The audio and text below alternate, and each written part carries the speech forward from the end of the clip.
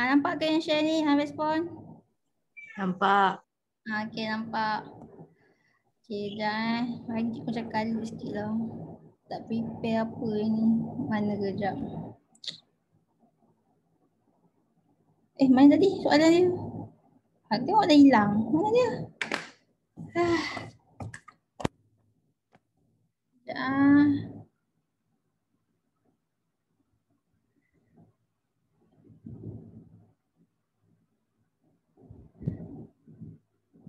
Okey, ni ha.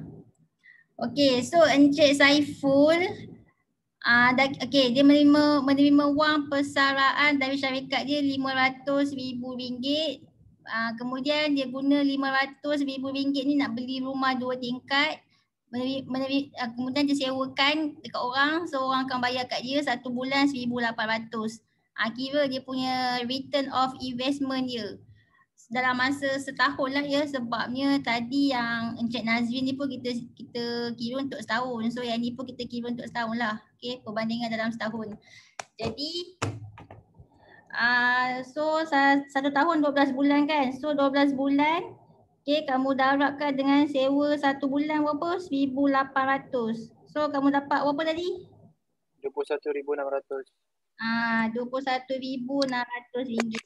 Okay. So duit yang dia dapat yang itulah duit sewa tu. Yang bulan-bulan dia dapat RM21,600. So nak kira Roy, apa formula nak kira Roy? Ingat lagi tak? Jumlah pulangan bagi dengan nilai per nilai pelaburan awal. Jumlah pulangan bahagi dengan cikgu tak share screen tu. Korang nampak ke? Share. Nampak. Kenapa? Amani kata tak nampak ni. Sekejap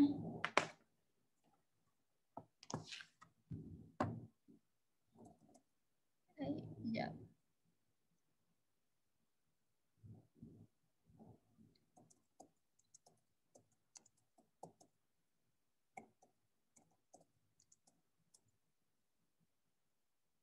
Semua nampak kan screen?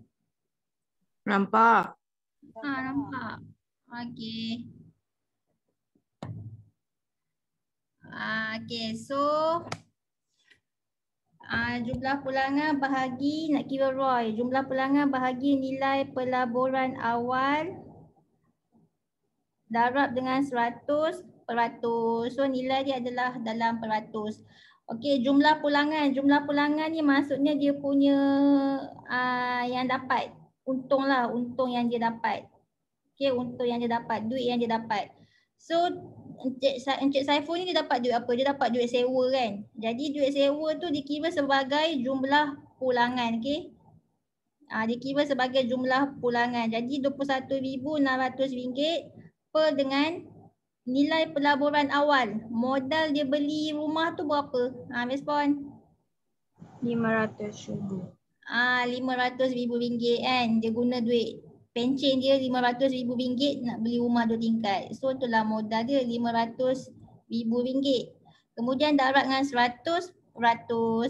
Cuba kira dapat tak? 4.32%. Okey, so dapatlah 4.32%. Ni Encik Saiful punya Roy, 4.32%. Kalau Encik Nazri, berapa Roy dia tadi kita kira? 5.28. Kita kira 5.28%. Okey, soalannya, siapakah pelabur yang lebih bijak? Encik Nazri ke Encik Saiful? Tengok Encik Nazri, Roy dia 5.28%. Tinggi kan daripada Encik Saiful. Roy dia 4.32%. So siapa yang lebih bijak? Encik Nazri ke Encik Saiful? Encik Nazri. Ya, Encik Nazri lebih bijak. Okey, kenapa Encik Nazri lebih bijak? Sebabnya dia punya Roy, okey, return of investment dia ataupun bahasa Melayu dia apa? Nilai pulangan pelaburan dia lebih tinggi berbanding dengan Encik Saiful. Faham ke? Faham? Faham. Pelabur lebih bijak dia Encik Nazri. Okey, yang tadi Amani tu nampak tak? Yang cikgu share screen ni Amani respon? Ke still tak nampak? Nampak cikgu. Nampak. Okey. So itulah dia Roy ya. Okey, lagi tinggi peratus Roy je. Lagi bagus lah. So kat sini Encik Nazri. Dia punya Roy dia lebih tinggi, 5.28%. Okey. Next kita pergi ni pula. Nak kira Roy lagi. Hari ni belajar kira Roy je Okey, Roy. Okey ni. Okey, pada tahun 2015, Encik Yap membeli satu lot kedai. Harga dia RM520,000. Dia bayar 10% wang pendahuluan dan baki dia pula dibayar melalui pinjaman. Okey. Lepas tu lot kedai tersebut disewakan selama 5 tahun dengan sewa bulanan dia RM2,300. Okey, lepas tu Encik Yap mengambil keputusan untuk menjual lot kedai tersebut dengan harga RM980,000. Jumlah pinjaman yang masih berhutang dengan pihak bank berjumlah RM416,000. Maksudnya dia hutang lagi dengan bank. Lepas tu dan pinjaman yang telah dilunaskan sebanyak RM390,000. Lepas tu charge-charge lain untuk jual beli kedai ni ada kos guaman, duit stamp, komisen ejen lagi. Macam mana nak kira? Nak kira dia punya nilai pulangan pelaburan. Nak kira dia punya ROI ni. Macam mana? Okay, sebelum kita kira ROI dia, kita kena tahu dia punya apa ni? ROI formula dia apa tadi?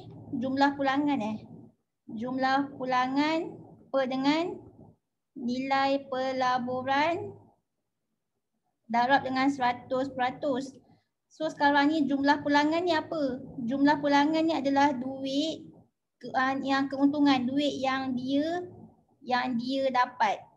Ni duit yang dia dapat ni. Okey. So sekarang ni kita nak tengok duit berapa duit yang dia dapat. Okey, macam mana nak kira?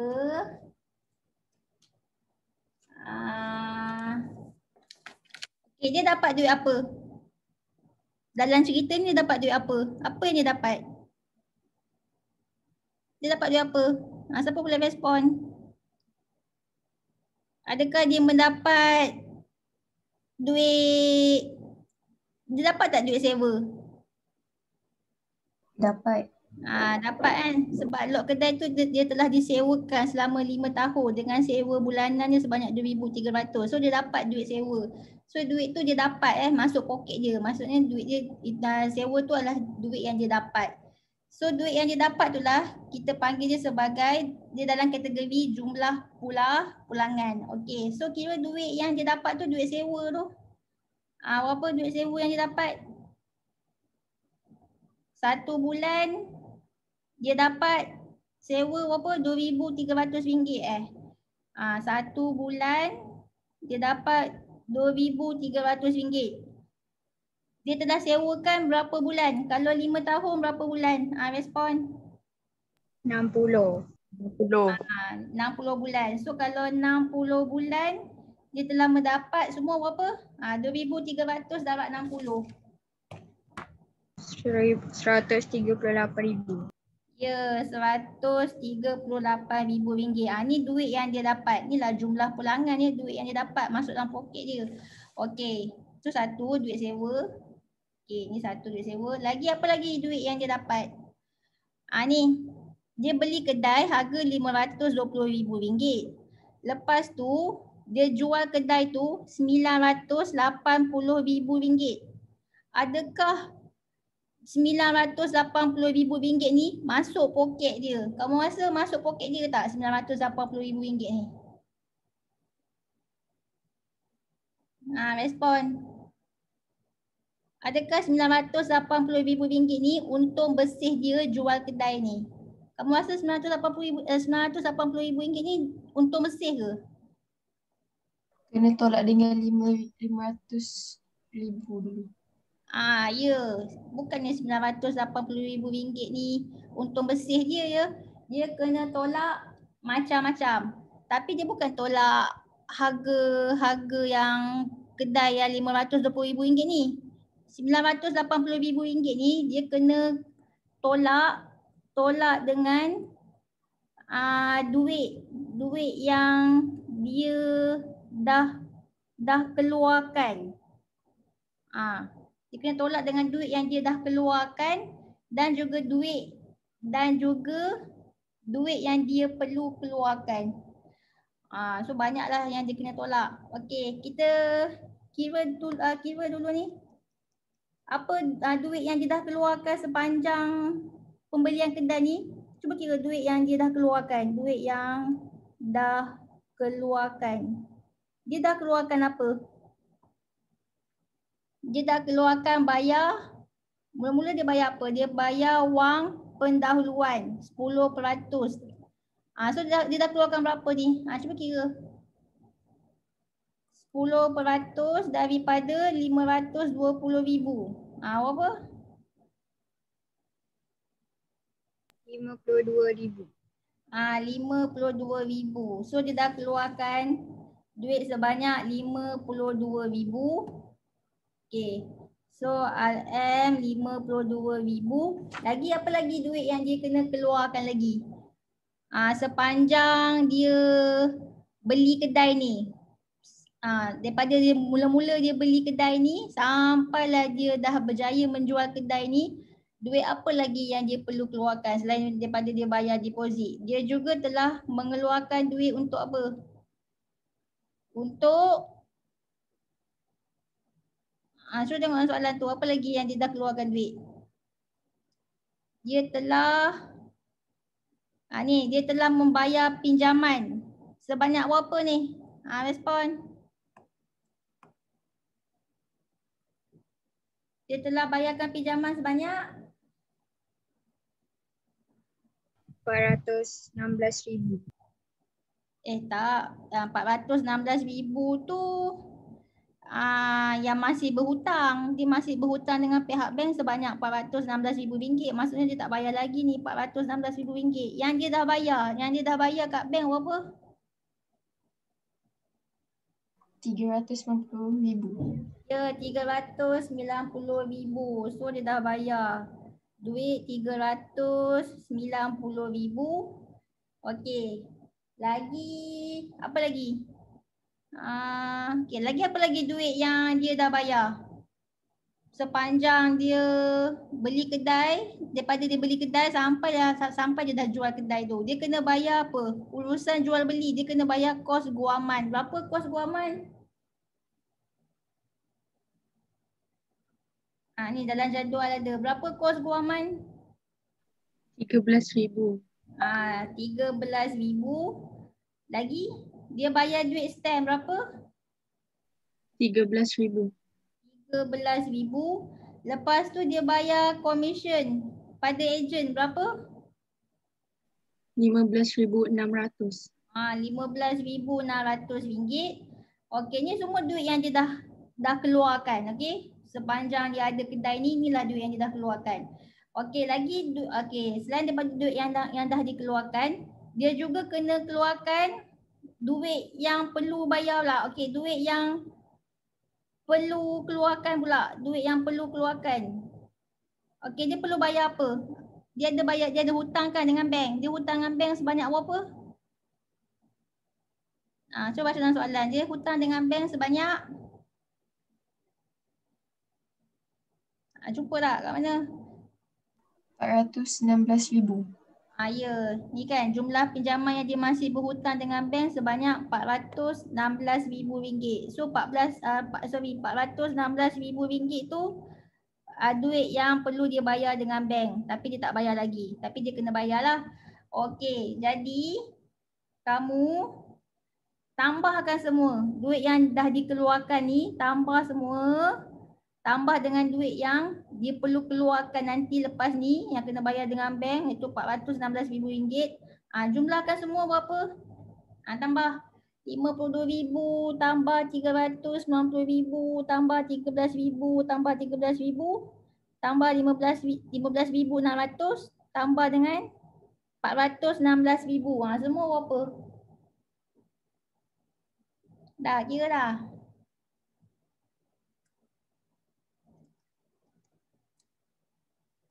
Aku tengah kira tu. Dapat berapa?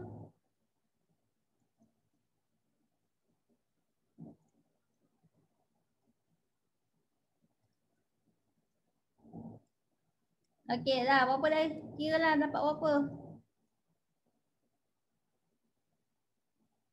Dah ke? Sekejap. Ah.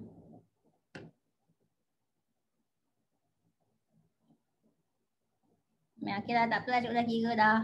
So jumlah dia kamu dapat berapa? Banyak kan? Duit yang dah dikeluarkan dengan duit yang perlu dikeluarkan, iaitu sebanyak RM899,600. Dapat tak? Dapat. Dapat. Okey. Inilah duit yang telah dibelanjakan ya. RM899,600. Duit yang telah dibelanjakan dan juga duit yang dia perlu bayar hutang. Inilah jumlah dia. Okey, kemudian dia dapat jual kedai tu sebanyak berapa? RM980,000. Jadi RM980,000 ni bukan untung bersih dia. Dia kena tolak lah dengan benda-benda yang dia dah belanjakan semua ni dan hutang bank dia. So sebenarnya untung bersih dia berapa? Respon RM980,000 tolak dengan jumlah-jumlah semua ni. Okay, yang dia dah bayar sebelum ni dengan yang hutang bank tu 899,600 ni. So sebenarnya berapa untung bersih dia? Respon. 81,000. 81,000 Cikgu salah kira Sekejap 980,000 tolak 899,600. Kira balik dapat berapa? 80,400. RM80,400. So inilah sebenar-benarnya dia punya untung bersih. 17 tolak 9, 17 tolak 9. Kamu tengah tolak ke? Okey. So inilah untung bersih dia RM80,400 je. Ini je untung bersih. Tengok daripada dia dapat jual kedai tu RM980,000 ni punyalah banyak. Lepas tu kita tolak macam-macam. Tolak tu, tolak ni, tolak tu, tolak ni. Lala sebenarnya untung bersih dia berapa? RM80,400 je. Faham? Faham ke? Faham. Faham. Okey, jadi so kat sini dia punya ROI dia jumlah pulangan itu adalah tadi jumlah pulangan tu tadi cikgu sebut apa? Wah, cikgu. Kenapalah dia ni kejap Kan dah jadi macam ni. Okey. Sekejap. So jumlah pulangan ni maksudnya kan dia punya untung dia. Untung dia apa? So untung dia adalah untung dia jual kedai tu iaitu RM80,400 campur dengan duit yang dia dapat sewa tu sebab dia dah sewakan ke orang. Itu pun kira untung juga. So untung dia berapa duit sewa tadi? Dah kira kan? Untuk berapa tahun? 5 tahun. Dia dapat duit sewa ni dah kira 5 tahun maksudnya 60 bulan kan. So dia dapat duit sewa 138,000. Itu pun dia punya untung juga 138,000. Untung lah tu, untung sewa. So jumlah dia berapa? Respon. 80,400 tambah 13,000. 80,400 tambah 138,000. Berapa? 218,400.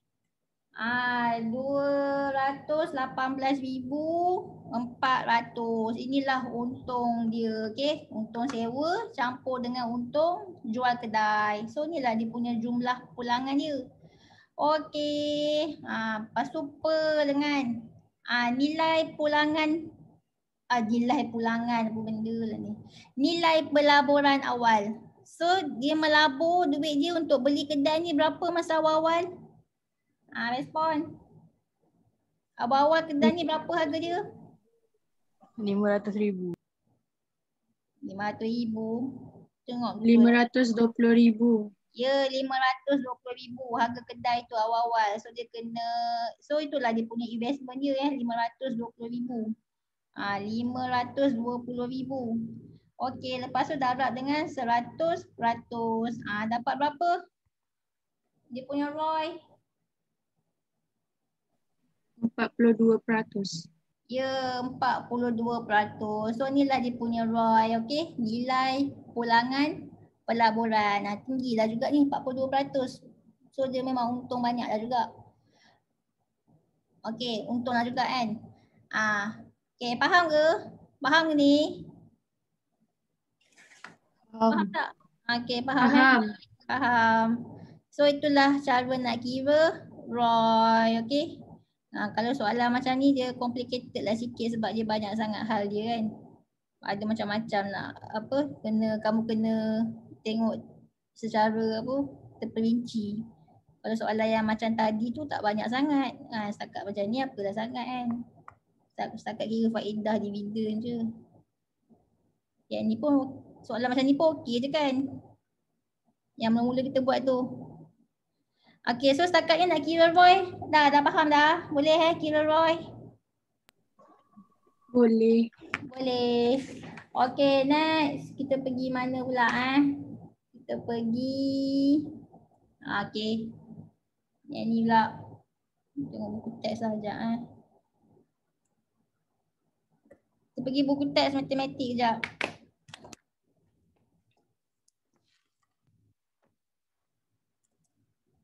Sekejap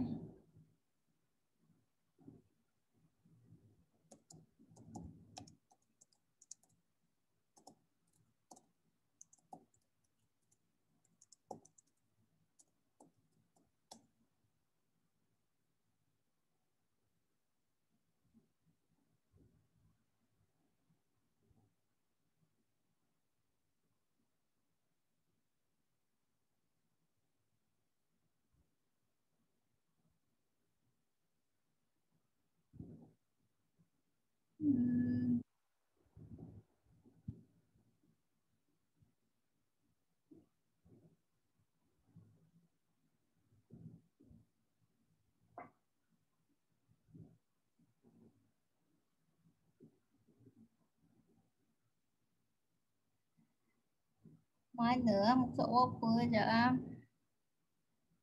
Kayak ni. Ni dah masuk apa? Kredit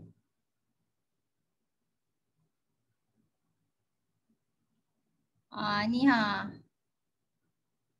Dia bukan. Ni apa ni strategi pemurataan. Mana?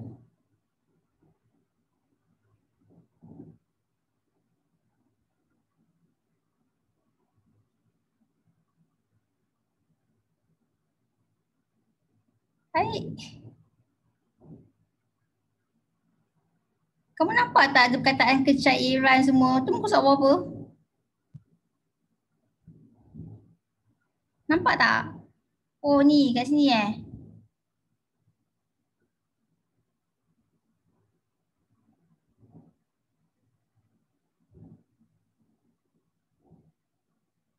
Okey. Nampak tak cikgu share ni yang respon? Nampak. Okey. So, ni apakah faktor yang perlu diambil kira sebelum seseorang membuat pelaburan? Okey, sebelum dia nak melabur, dia kena tahu apa? Potensi, risiko pelaburan. Okey. Kemungkinan sesuatu ketidakpastian yang mungkin dialami oleh pelaburan yang dilakukan. Tengoklah risiko dia macam mana, untung ke rugi ke kan bila buat melabur tu. Dan tahap pulangan dia macam mana, tinggi ke rendah ke. Kemudian aspek kecairan. Apa maksud aspek kecairan ni? Aspek kecairan ni maksudnya berkaitan seberapa segera yang boleh ditunaikan daripada sesuatu pelaburan atau simpanan tersebut. Maksudnya boleh dapat dalam bentuk duit cash tu cepat ke lambat. Itu masuk kecairan. Okay, kita tengok contoh. Okey, jenis pelaburan ada 4 jenis kat sini. Ada simpanan. Okey, kalau kamu setakat simpan duit je dalam bank, tahap risiko dia tak ada bebas risiko. Tapi tahap pulangan dia rendah je lah sebab faedah dia sikit je. Tapi tahap kecairan dia tinggi. Maksudnya apa? Kamu boleh dapat duit cash tu cepat dalam bentuk cash tu cepat. Faham ke ni? Faham? Faham ke? Okey, faham. Okey, itu simpanan. Kalau simpanan tetap, sama juga macam simpanan. Okey, simpanan tetap pun tahap risiko dia tak ada risiko tapi tahap pulangan dia rendah lah. Okey, tapi tahap kecairan dia tinggi. Boleh dapat duit cash cepat. Okey, tapi kalau saham syarikat, kalau kamu macam beli saham syarikat air boba ke apa kan yang orang suka minum air boba tu. Okey, so tahap risiko dia tinggi. Kenapa tahap risiko dia tinggi? Mana tahu tiba-tiba syarikat air boba tu tak ramai pelanggan yang beli kan. So risiko dia tinggilah. Tapi kalau syarikat tu untung, tahap pulangan yang dapat nanti tinggi. Kamu akan dapat juga banyak keuntungan kalau syarikat tu untung. Tapi tahap risiko dia tinggi Kalau rugi dia rugi. Okay, and then tahap kecairan dia sederhana. Maksudnya nak dapatkan dalam bentuk duit cash tu dia tak adalah senang sangat sederhana. Okey, itulah masuk tahap kecairan Dia nak dapatkan dalam bentuk duit. Itulah tahap kecairan. Okey, next hartanah. Hartanah ni maksudnya beli rumah kan. Okey. Beli kedai ke. Okay, tahap risiko dia rendah. Tapi tahap pulangan dia tinggi. Sekali dapat jual untung banyak. Okey. Tapi tahap kecairan dia rendah. Maksudnya kan nak tunggu masa dapat jual rumah tu lama sangat nak dapatkan duit cash tu. So sebab tu tahap kecairan dia rendah. Nak dapatkan duit cash tu rendah sebab nak kena tunggu dapat jual rumah baru boleh dapat duit cash kan. So nak tunggu tu lambat lah. Okey, unit amanah pula. Unit amanah tu macam apa? Apa contoh unit amanah? Respon. Paling senang apa unit amanah yang boleh ingat? Unit amanah Rakyat. Unit amanah rakyat. Yang selalu orang melabur tu unit amanah apa? ASB, unit amanah bumi. Amanah Saham Bumi Putra. Amanah Saham Bumi Putra. Okey, amanah Saham Bumi Putra. Okey, tahap risiko dia rendah. Maksudnya kan dia tahap risiko dia rendah lah. Maksudnya tiap tahun kamu still akan dapat dividen dia. Dia tak adalah tahun yang tak akan dapat dividen, dia akan dapat lah. So sebab tu tahap risiko dia rendah. Tapi tahap pulangan dia tak adalah tinggi sangat macam hartanah tu kan. Kalau beli rumah 500,000 tiba-tiba dapat jual 1 juta. Kan tinggi pulangan dia. Tapi kalau setakat unit amanah ni tak adalah. Tahap pulangan dia tinggi, sederhana je lah kan. Tapi tahap kecairan dia tinggi. Kita senang dapat duit cash dia cepat Yang susah nak dapat duit cash tu kalau hartanah kan. Nak jual rumah punya lama nak dapat jual. Okay, itulah maksud dia. So kita teruslah jawab soalan. Okay. Ni soalan ni. Lepas tu habislah kelas tu. Mana ke? Okay. Apa masuk kecairan? Pilih. Respon. Kecairan apa maksud dia? Yang mana? Kemungkinan mengalami ketidakpastian dalam sesuatu pelaburan ke? Keuntungan kerugian atau kerugian yang diperolehi daripada suatu pelaburan ke? Ataupun keupayaan menukar suatu simpanan pelaburan atau aset menjadi wang tunai? Yang mana satu? Respon. Untuk Keupayaan menukar satu simpanan. Ya, keupayaan menukar suatu simpanan pelaburan atau aset menjadi wang tunai. So yang ni. Okay, next. Apa masuk risiko? Kejap. Kejap. Kemungkinan. Wait. Okay, apa masuk risiko? Kemungkinan. Ya, kemungkinan mengalami ketidakpastian dalam suatu pelaburan. Okay, next. Pulangan. Pulangan yang inilah keuntungan atau kerugian yang diperolehi daripada suatu pelaburan. Okay, next. Nyatakan jenis pelaburan bagi setiap pernyataan yang berikut. Okay, pelaburan apa ni? Kalau tahap risiko dia rendah, tahap pulangan dia sederhana, tapi tahap kecairan dia tinggi. Yang mana? Unit amanah. Yes, jawapannya adalah unit amanah. Okay, tahap risiko dia rendah, tahap pulangan dia sederhana, tahap kecairan dia tinggi. So unit amanah. Okay. Okay, next.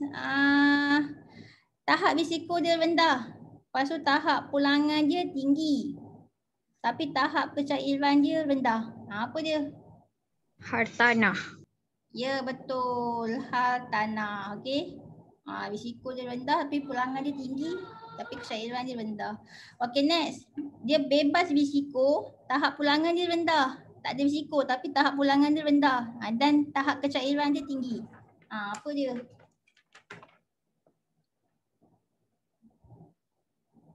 Apa jawapan dia? Tengok kat sini.